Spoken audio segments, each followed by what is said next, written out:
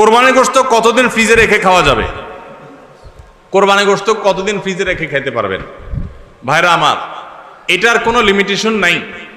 এটা নির্ভর করবে আপনার রুচির উপরে। এটা নির্ভর করবে যে আপনি কতদিন রেখে নিজে খেতে চাচ্ছেন বা এটা কতদিন ভালো থাকে তার উপরে।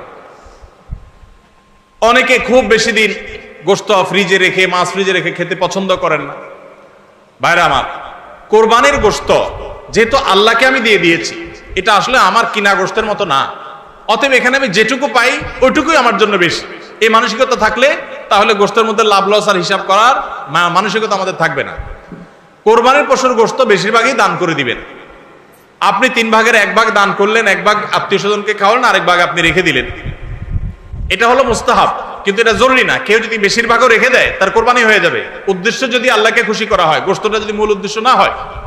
কারোর উদ্দেশ্য হতে পারে যে আমি রেখে দিয়ে পরে আস্তে আস্তে আল্লাহর রাস্তে মানুষকে দিব, গরিব দুঃখীদেরকে রান্না করে খাওয়াবো, নিজেরাও খাবো, তো আলহামদুলিল্লাহ তিনি রাখতে পারেন। এটা কোনো লিমিটেশন নাই যে কোরবানির গোশত এতদিনে বেশি রাখা যায় না, এমন কোনো কথা নাই।